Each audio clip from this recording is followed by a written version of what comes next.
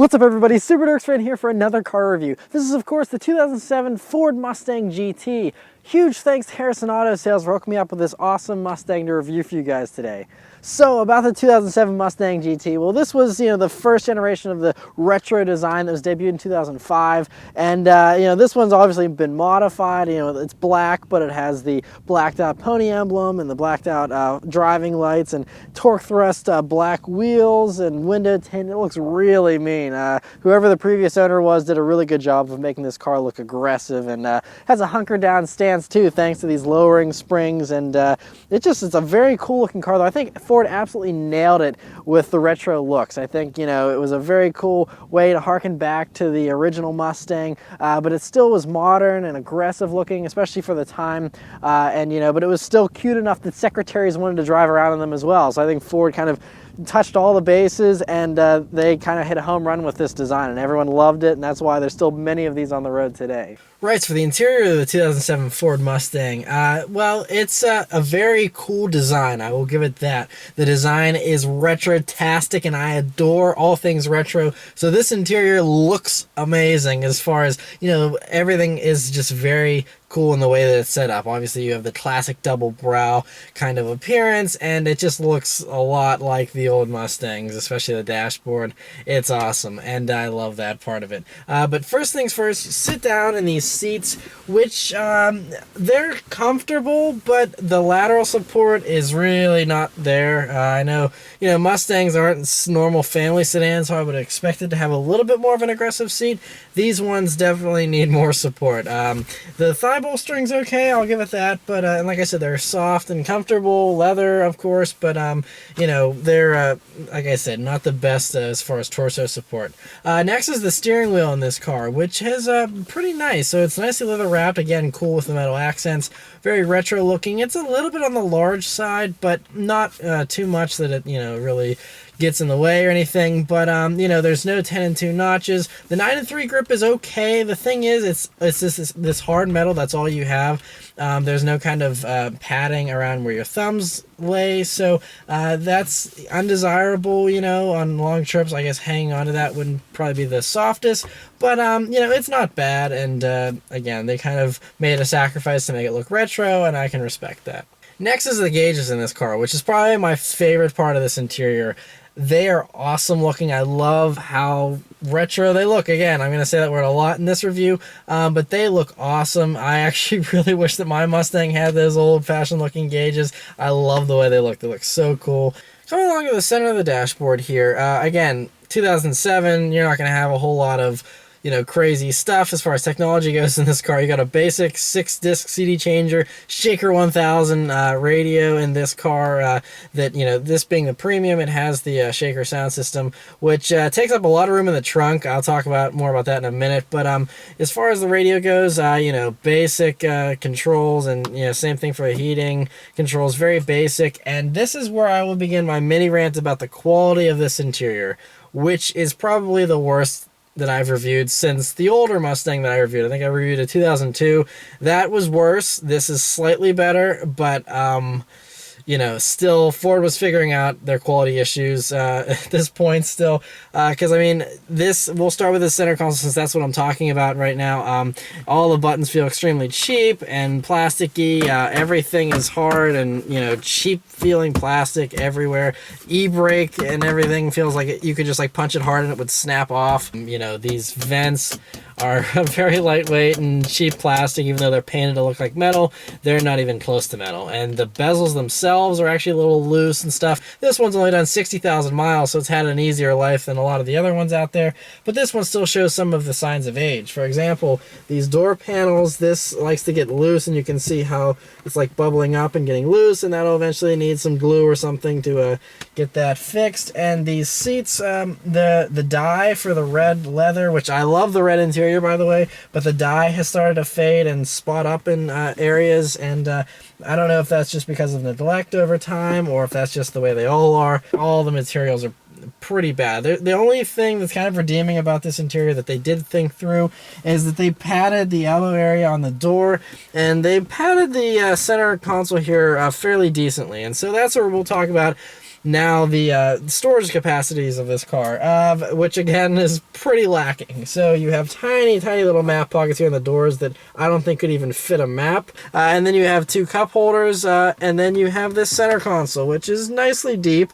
Has an auxiliary port for 2007 that was added that year. This center console is somewhat padded. Again, we're not talking about luxury car levels of refinement here, and this whole center console is loose, jiggles back and forth. I know most people don't buy a Mustang for its, fine interior quality, but just have to mention that this one is pretty rough, I will say. So have to be honest in these reviews. And as much as I love the Mustang and I love these generations and the retro design of it, the qualities, the materials that was used to build it are not good at all, I will say. So the back seat in this car also kind of crammed. They've improved that over the years, but pretty tight back there. You can fit someone in a pinch. I wouldn't make it a habit though. And again, this is primarily a 2-seater car.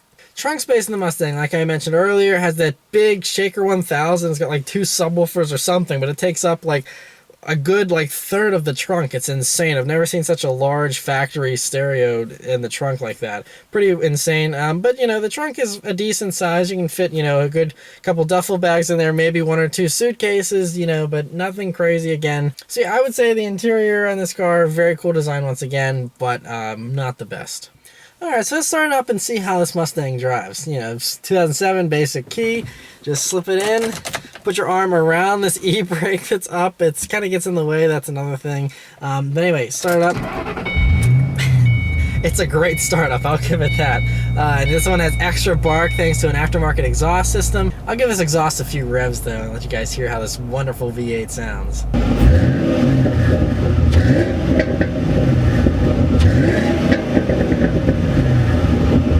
The only other modifications this car has are the lowering springs, like I mentioned earlier. Not sure of the brand of those either, but I do know it also has a BBK intake, and so that'll give us a little more induction noise, I'm guessing.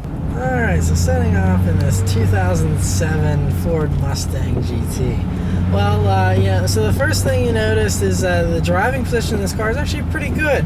The way that I'm seated, the double brow of the dashboard doesn't really go too high. You still have a really good view forward, even with the hood. The hood actually doesn't sit up as high as it does on my 2015. I was surprised. I thought the visibility would be worse in this, but it's actually, we're still really good. And as far as other visibility, you have a good view out of the back, and the side is pretty good. You do have a little bit of a blind spot there with the B-pillar, but it's not super bad. As long as you have your mirrors set up right, it shouldn't be too big of an issue.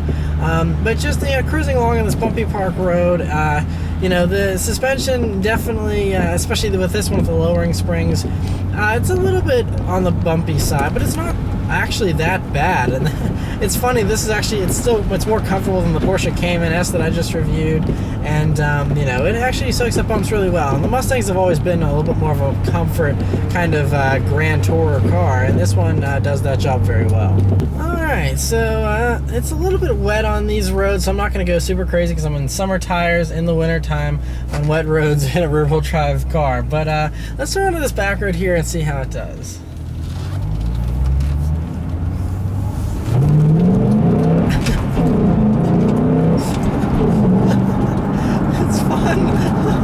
Still a good meaty pull, and you hear that great V8 sound, and this car, it pulls really well. Now it's funny because it's amazing how the technology is advanced. This V8 4.6 liter V8 is doing 300 horsepower and 320 pounds-feet of torque, which is almost the same as my EcoBoost.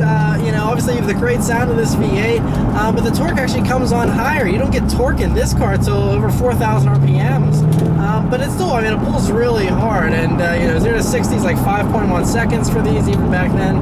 Very impressive performer. But coming up to some corners here, and it handles pretty well. I have to say the steering is actually really, really good in this car. I don't know, the weight is just right, and the feel is just right. Hitting the brakes though, I can tell you right off the bat, the brakes in this car are way too spongy, do not give me enough feedback, and don't really have very good bite, to be perfectly honest. But then again, Mustangs were never known for their phenomenal brakes until the newer ones with the Brembo package.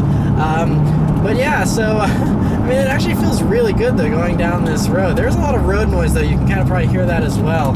But coming up to this tight corner I take, let's see about this body roll. Again, not pushing it too hard because of the conditions, but I mean, it actually is pretty flat. I think that's partially helped by the fact that this car has the lowering springs, but they actually really improved the handling a lot whenever they did this new body style in 2005. It's still live rear axle, but it still handled really well. Alright, so let's see about this power again, shall we?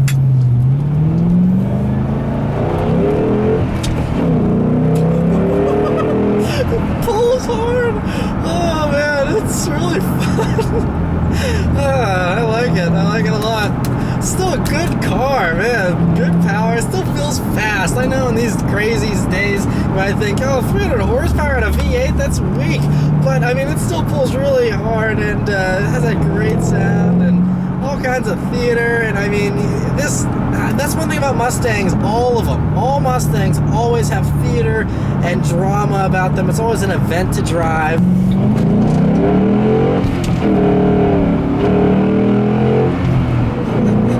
And it's fun. Like all Mustangs, it's still fun, it's still charming, it still has that character to it, regardless of interior materials or, you know, fit and finish issues. It's still just such a phenomenal car. Last thing I'll say before I go here for a minute is that, you know, the shifter in this car, it's not too bad. You know, it takes a little bit of muscle to, you know, go through the gears, but it's, you know, they're very well defined. You know, it's only a 5-speed, it's very easy to find the gears, and you know, the clutch pedal is a little bit tricky at first, but overall it's not too heavy, not too light. It's a pretty good feel. Everything is pretty well done. But anyway, I'm gonna keep driving this car for a little while longer here, and I'll come back and give you some updated impressions.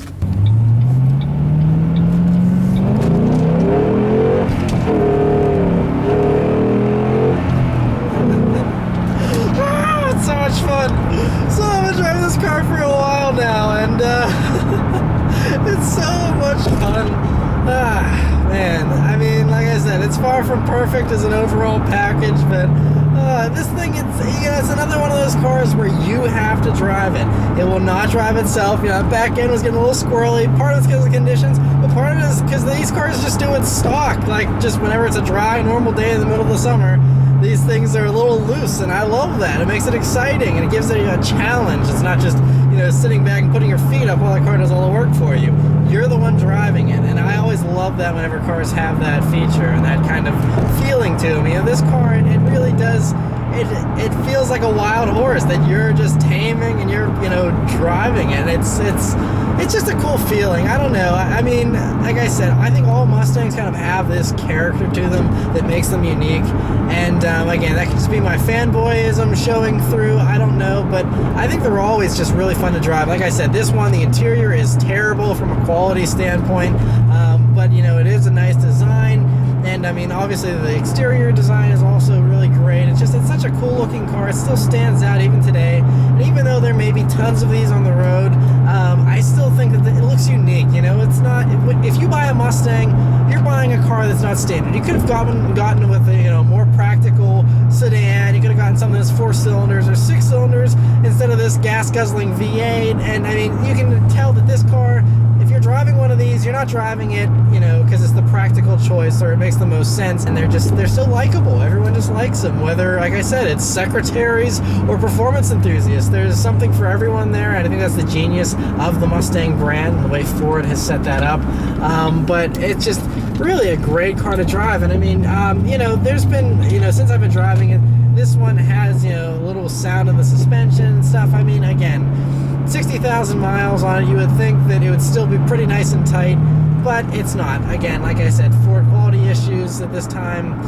It is what it is. Even when you're not on back roads though, just cruising down the road in this car, you know, on 4-lane highways and stuff like that, it's really a great car, you know, for cruising. It's so comfortable, and I mean, there is some road noise. It's not the most refined, but it is a very relaxing drive, and really like that about it.